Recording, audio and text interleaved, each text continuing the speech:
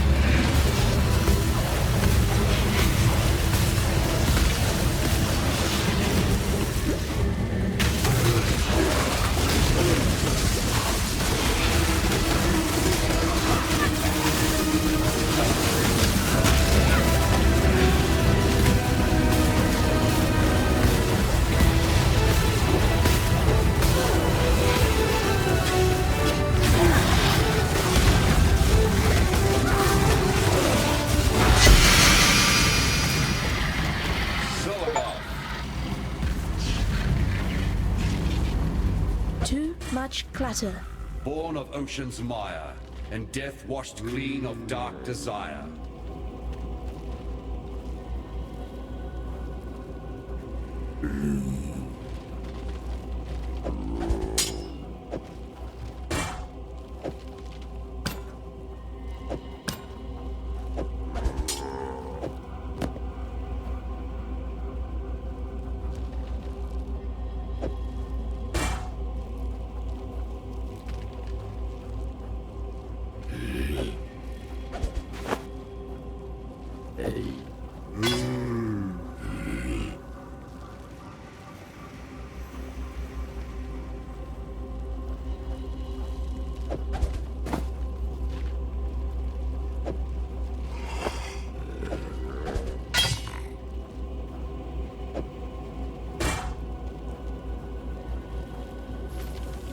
And thus the Lord of Salt and Scale sinks to feed the fishes that flit amongst the ruins of Soartha. Come and jest of his divine juices while they are all washed away. This sliver of divinity, so much stronger than the others. I must have more.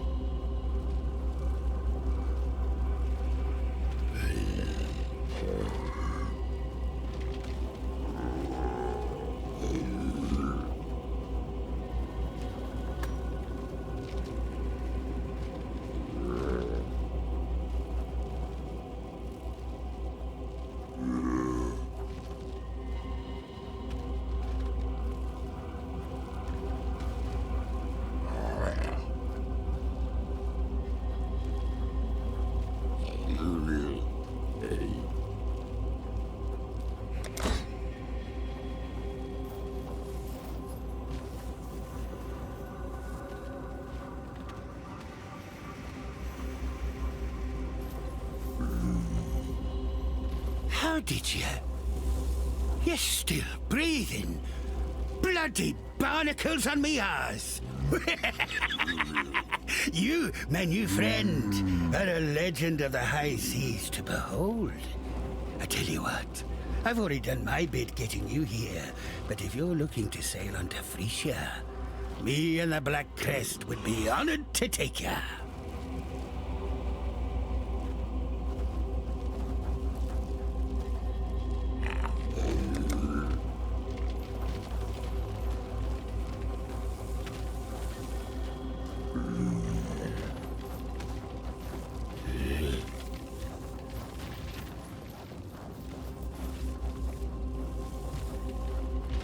Hold on to your cockles, me hearty. The sea betwixt here and Frisia be the most ill-tempered there is. Here's hoping you've as much steel in your gizzard as you seem to in your heart. Cast off!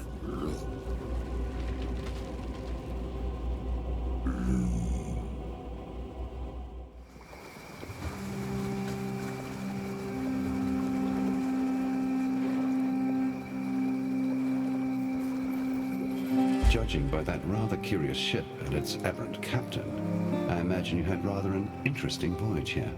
Now, Inquisitor Maligaro, we must have his soul. He has most certainly returned to his old haunt, yet his manifestations are like wisps on the wind. There one moment, gone the next. While I am familiar with the phantasmal trails and tributaries that filigree this reality, Maligaro's exact whereabouts eludes me. You should speak with these desperates who cling to this broken bridge, that young Templar scholar in particular. Their mundane knowledge must provide where my enlightened sapiens cannot.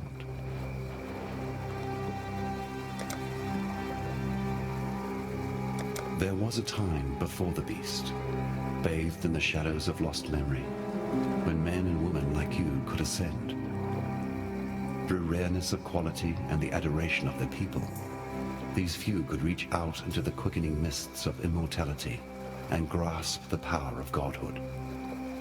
Mind you, transcendence is never easy.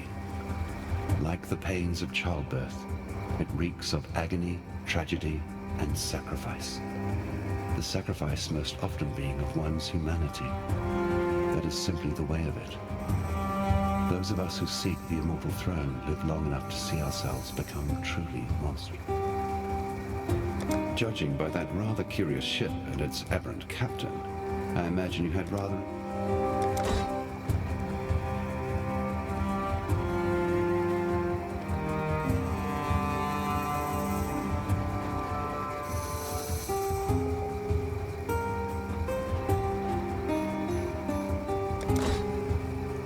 Farewell. What'll I do now? This here broken bridge speaks to me some. A fair place to rest my old bones for a bit. And tell you what, with all this sunlight and fresh air, I can feel the calling forth of the poetic muse beneath me trousers. Been a long time since I felt this here compass point in any direction.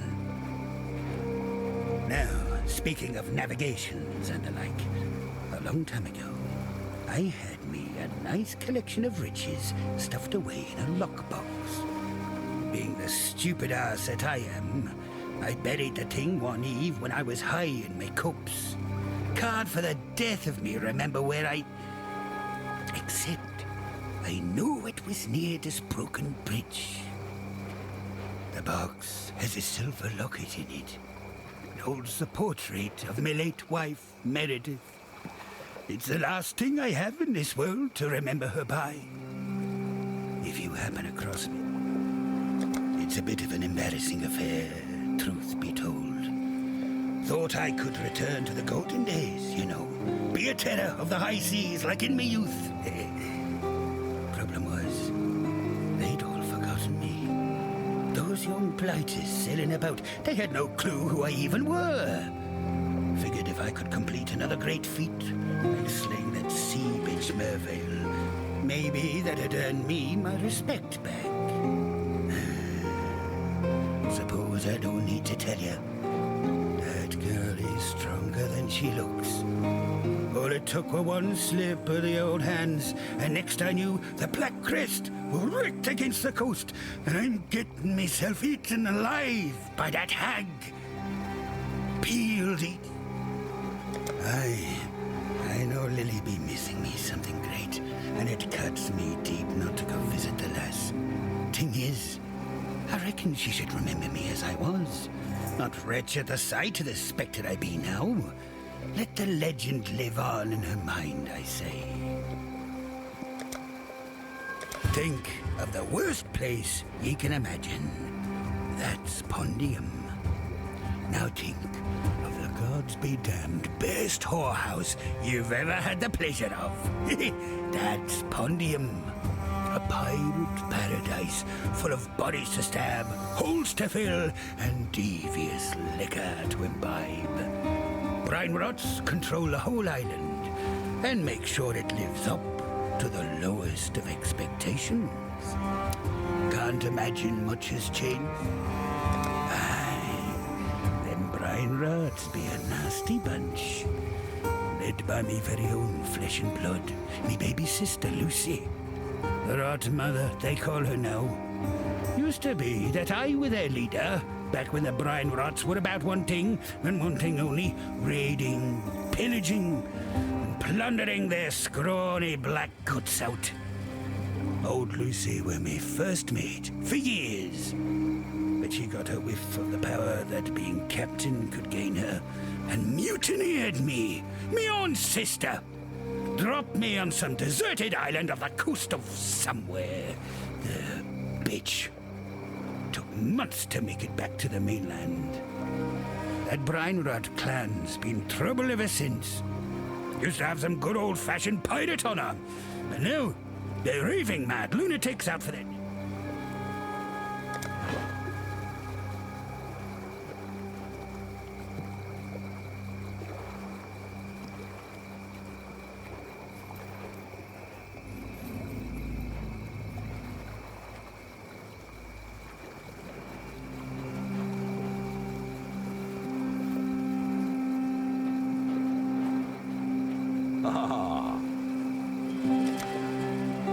Thank the gods. You're no saint, I can see that. Though, who am I to question what form divine providence comes in? I am the great Alva Valai, reliquarian extraordinaire. A seeker of mysteries, explorer of the unknown, lover of all things that glitter, and I need your help. The lost temple of Exile. Halls lined with finery, boxes stuffed with glimmering riches, and relics touched by insurmountable. I believe the secret of its location lies in the Val City, which until very recently was submerged and completely unreachable. But with all that's going on, the city has risen from the depths and, well, it's still completely unreachable. It seems the only way to even get close is across the river, and the only crossing is overrun with bandits. I've a plan that could make both of us unbelievably wealthy, but perhaps one day.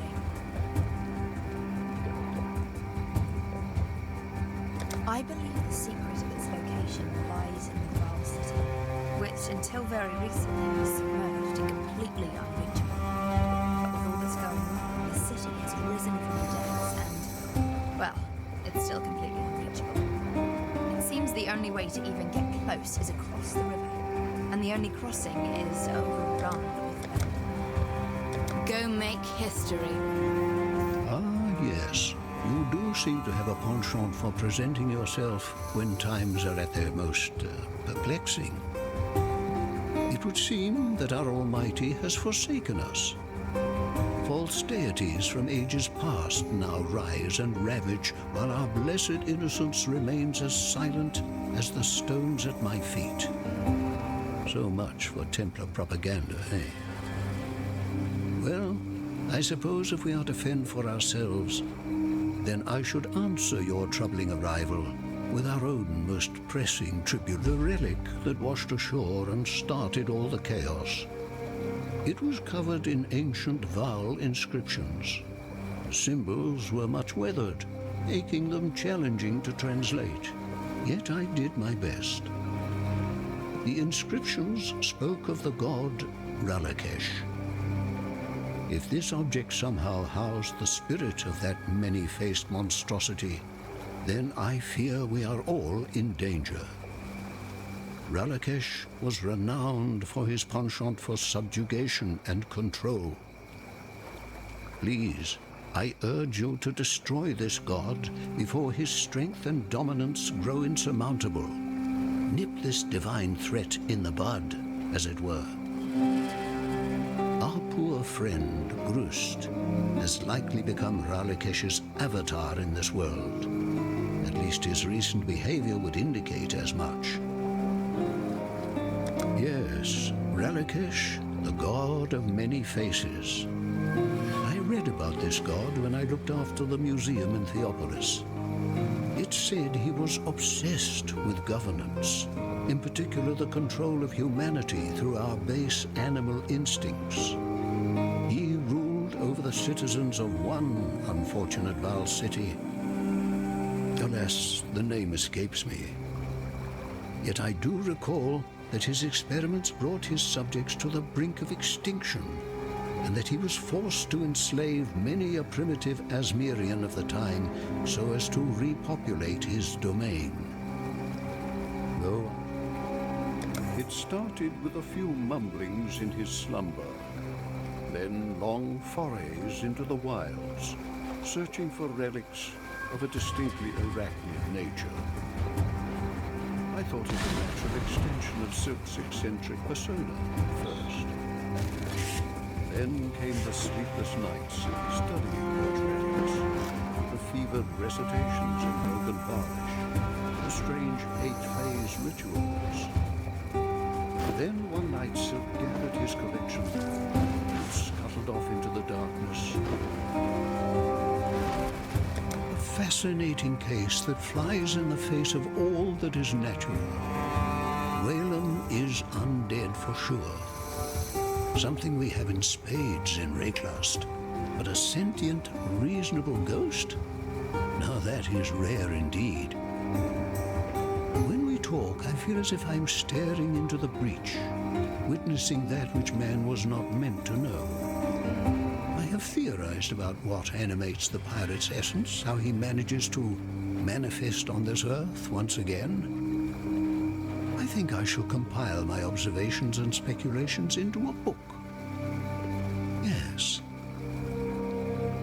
Keep your wits about you. You arrive. The Great Spirit spoke in my dreams, told me that darkness would again drown our lands, and you, Exile, would walk before the flood. But what is this? You are not alone. A shade, a memory, older even than... No, older than spirit? Fear grips my throat. I shake, but the spirit drapes a warming cloak upon my shoulders. This ancient ghost that follows you, it has the My heart weeps for our old home, but what the spirit gives, we must embrace. The spirit, it claims who it needs to, when it needs to. There is no sense in sadness.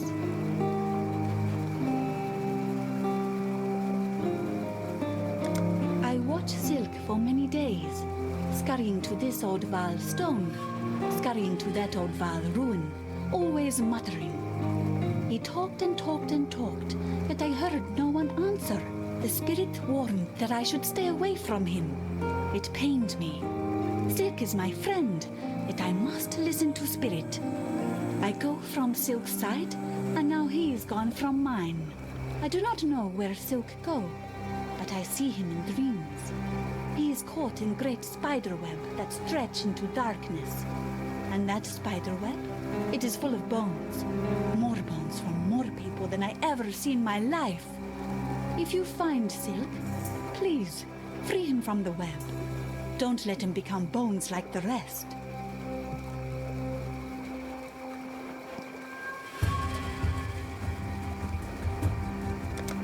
Rayclast has changed. Once, I knew my place in this world. I knew my place within the spirit. Now, doorways have opened. Doorways I can neither see nor touch, but through which the spiritless ones pass all the same. The spiritless ones must be driven back. Their doors must be closed. May the Great Spirit guide you in your battles against these ancients that mean us nothing but ill. I belong to no one but the Spirit. I have no need for the sweet words and caresses of a ghost. Whalem, he makes me laugh, and he hears the voice of the Spirit. Not in the same way I do. His spirit speaks of the great waters beyond this land. He pays heed to the spirit, and the spirit loves him for it. I do not. It is better to speak to the dead than no one at all. Whalem knows the spirit, but he will not know me.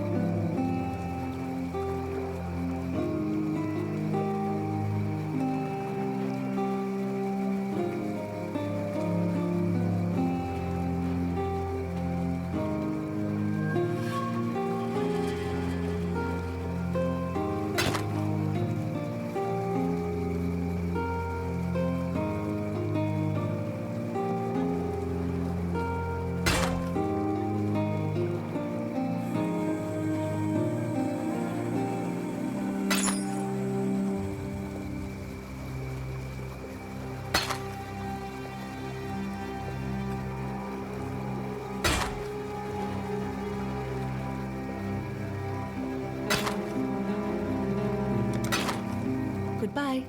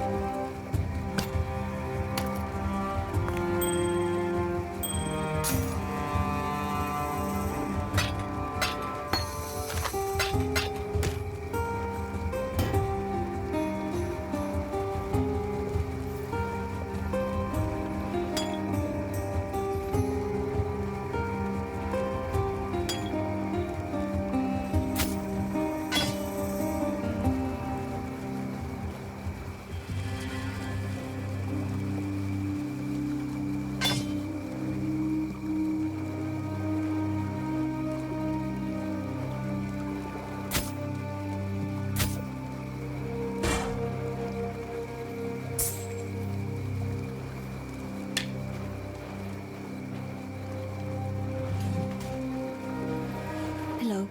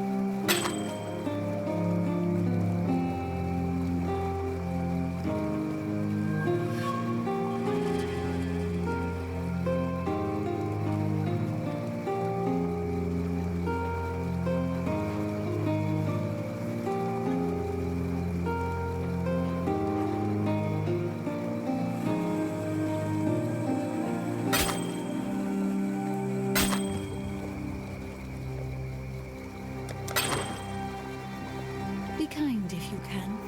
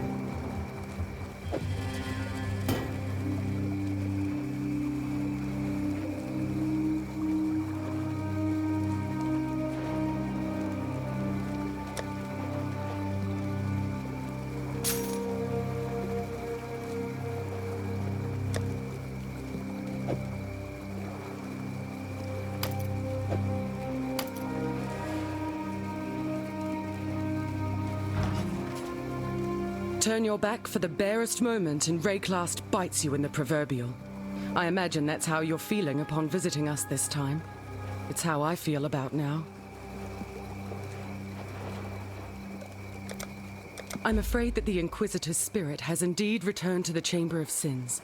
Yet while you won't encounter Meligaro by wandering his halls, I do perhaps know how you can find him. Whilst investigating the Fell Shrine, I learned of the existence of a map, forged by Meligaro from his own viscera. This map allowed him to transfer his spirit into another form of existence, an existential safe house to which he could retreat should death ever attempt to take him. Understanding the map's purpose, Vol tried to destroy it, to no avail. So he locked it away deep within the ruins of Frisia Cathedral. Find that map and place it upon the Reverie device in Meligaro's old laboratory. And when you step over that threshold, expect the very worst. Don't get me wrong, I've witnessed many unsettling things in my lifetime, but a spectral corsair living next door to me? We reside in dark times indeed, when the living need share their quarters with the dead. I didn't think it possible for Silk to grow any more peculiar, but then I've been wrong about so many things since coming to Rayclast that I shouldn't have been at all surprised. Still, it's interesting that his behavior of late has mirrored that of certain Templar zealots I had the dubious pleasure of meeting back in Theopolis. Like them, Silk appeared obsessed with finding answers to this reality in some ethereal realm of divinity. For my part, I prefer to keep faith in this world. The answers that come from beyond are seldom the ones we want.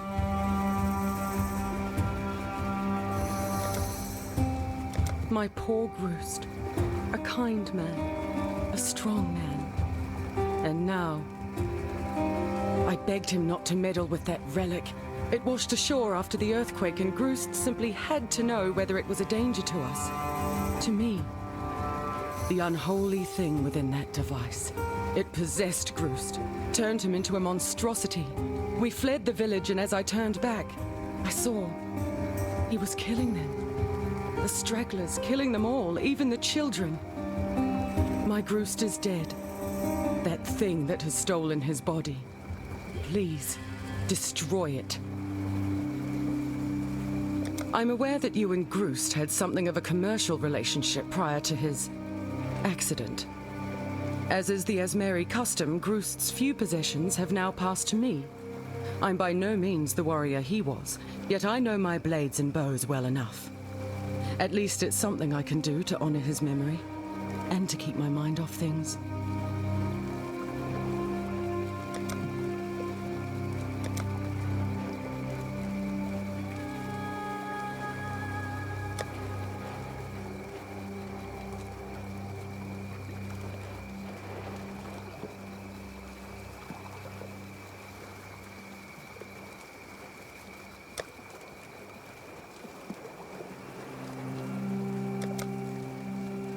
Go with courage.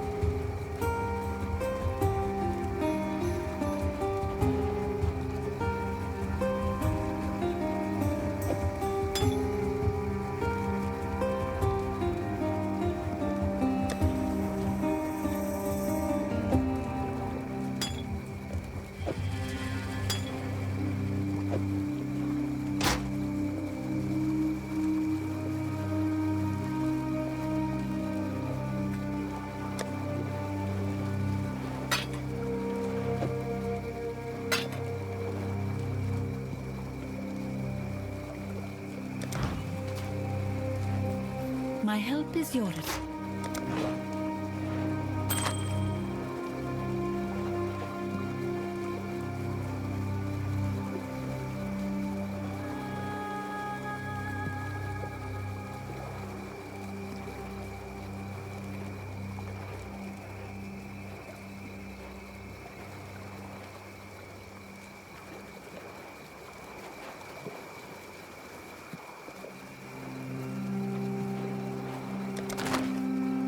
With the spirit.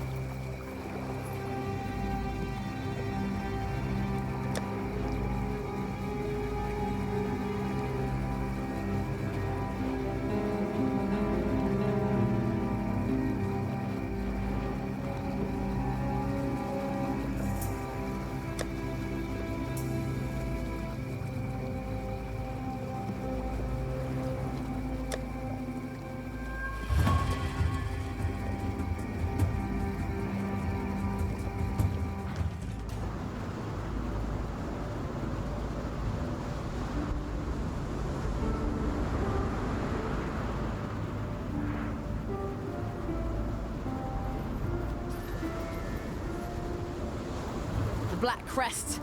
She lives again. And me granddaddy. Still can't believe Mervale did that to him. The bilesome bitch. At least his spirit roams free once again. Wonder if he'll come and visit his favourite granddaughter one more time. Anyways, with the Brine King gone, you've done a fine thing for us seafarers. The waters won't no longer pander to the whim of an overgrown, bloody crustacean. Damn me if I don't feel a stirring in me loins. It's the ocean, calling, like a lust-starved lover. But for now, bugger it all. I'll be sticking about Lion Eye's watch until I get me a new ship. Don't feel sorry for me. With me womanly wiles as sharp as they are, I'll be having Tarkley help me pass the time. Just you see. Time and tide wait for no man. Clearly the old Brine King wasn't worth his salt. A fish out of water, if ever there was. But, I suppose, as someone wise once said, you can't teach a crab to walk straight. Too much. Yeah, be honest with you. All this fishy mirth is me just swimming around and tricky talking. Nessa. She's not coming back to us, is she? Can't say I'm surprised. But with everything she's been through, what she's become, I wish her all the happiness she can find out there in the sea. More than she could muster on this God's awful land of ours.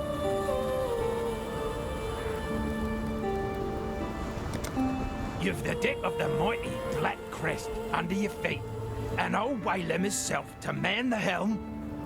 Well, I'll be a pirate's monkey, mate. You sure do know how to travel in style, Exile.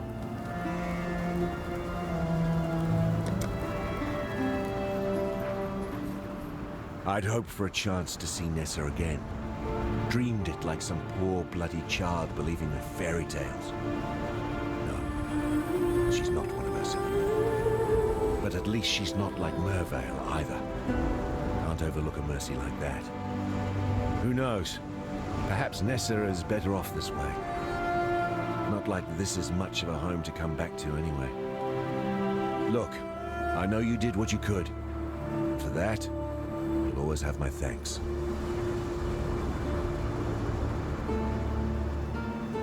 Stay sharp out there.